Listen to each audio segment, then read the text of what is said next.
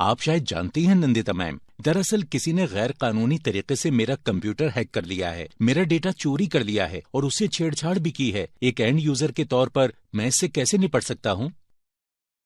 राजेश, अगर तुम्हारा computer internet connection से जुड़ा है तो तुम कभी भी हैकर्स का निशाना बन सकते हो। ये हैकर्स वायरसेस और कमजोर सॉफ्टवेयर के जरिए तुम्हारे सिस्टम में घुसपैठ कर लेते हैं।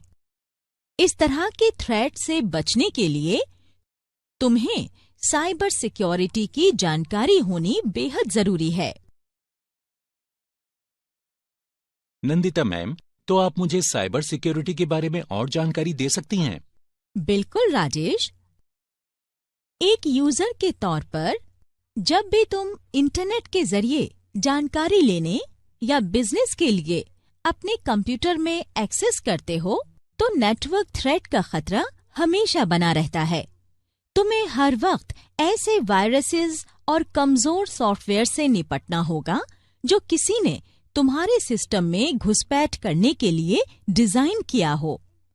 साथ ही सभी कंप्यूटर्स अच्छी तरह काम भी नहीं करते। इसीलिए कंप्यूटर का परफॉर्मेंस इशू बड़ा मसला बन जाता है।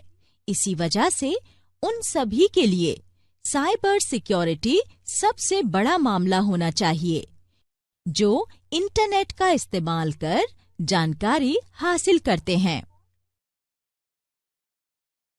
तो चलो पहले हम ये समझ लेते हैं कि कमजोर साइबर सिक्योरिटी के पीछे क्या आम वजहें हैं। अगर कोई घुसपैठिया किसी के कंप्यूटर तक पहुंच जाए तो इसके लिए एक खराब या कमजोर पासवर्ड को सबसे आम वजह माना जाएगा। इससे यूजर की निजी जानकारी चोरी होने का खतरा बना रहेगा। डेटा लॉस और इससे भी ज्यादा वित्तीय नुकसान के चलते बड़ी मुश्किलों का सामना करना पड़ सकता है। अच्छा, सच में? तब तो मुझे लग रहा है कि मेरा पासवर्ड भी बहुत कमजोर है। अगर तुम्हें ऐसा लग रहा है राजेश, तो आश्चर्य की बात नहीं कि कोई तुम्हारे कंप्यूटर में आसानी से प्रवेश कर ले। क्या आपके पास इस मसले का हल है नंदिता मैम? हाँ, जरूर राजेश। इंटरनेट कनेक्शन के जरिए अपने कंप्यूटर को साइबर स्पेस से जोड़ने के लिए एक पासवर्ड की जरूरत होती है। पहले यही जानते हैं कि पासवर्ड क्या है और कैसे काम करता है। कई ऑर्गेनाइजेशंस और यहां तक कि औद्योगिक सुरक्षा जोन्स में भी पासवर्ड बहुत खास है। उदाहरण के तौर पर खुफिया संगठनों जैसे मिलिट्री इंटेलिजेंस या क्राइम डिपार्टमेंट्स के सदस्य एक वर्बल पासवर्ड इस्तेमाल करते हैं। उस पासवर्ड को ऑर्गेनाइजेशन के बाहर किसी के भी साथ साझा नहीं किया जाता है। अगर कोई इस तरह की ऑर्गेनाइजेशन की बिल्डिंग और जोन में घुसना चाहता है तो बाहर खड़े सिक्योरिटी गार्ड उसे रोककर उन्हें अपनी पहचान दिखाने के लिए कहेंगे। इस दौरान सिक्योरिटी मैन अपनी गन को पूरे वक्त उस विजिटर की तरफ रख सकता है। उस व्यक्ति को अंदर जाने की इजाजत सिर्फ तभी मिलेगी जब वो सही पासवर्ड बता दे। एक कंप्यूटर पासवर्ड भी इसी तरह काम करता है। जैसे ही तुम कंप्यूटर स्टार्ट करते हो, लॉगिन पेज खुल जाता है। ये पासवर्ड एंटर करने के लिए कहता है। तुम्हें कंप्यूटर का एक्सेस तभी मिलेगा जब तुम सही पासवर्ड एंटर करोगे। एक कंप्यूटर पासवर्ड एक गुप्त शब्द या वाक्य हो सकता है जिसके जरिए कंप्यूटर और नेटवर्क एक्सेस किया जाता है।